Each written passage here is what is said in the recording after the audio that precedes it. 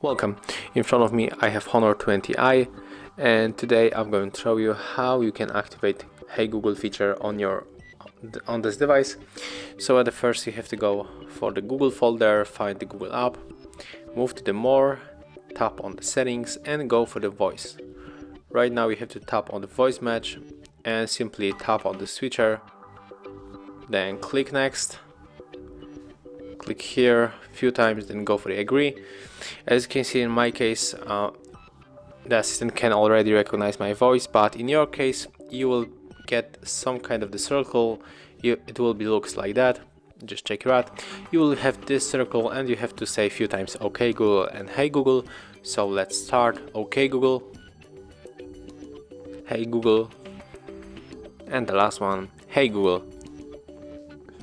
As you can see, it's finished, so right now we can click next and we are ready to use our device. We are ready to use our Google Assistant, so we can simply say Hey Google or OK Google and it will be activated. So thank you guys for watching. Leave thumbs up, comments and subscribe to our channel. See ya.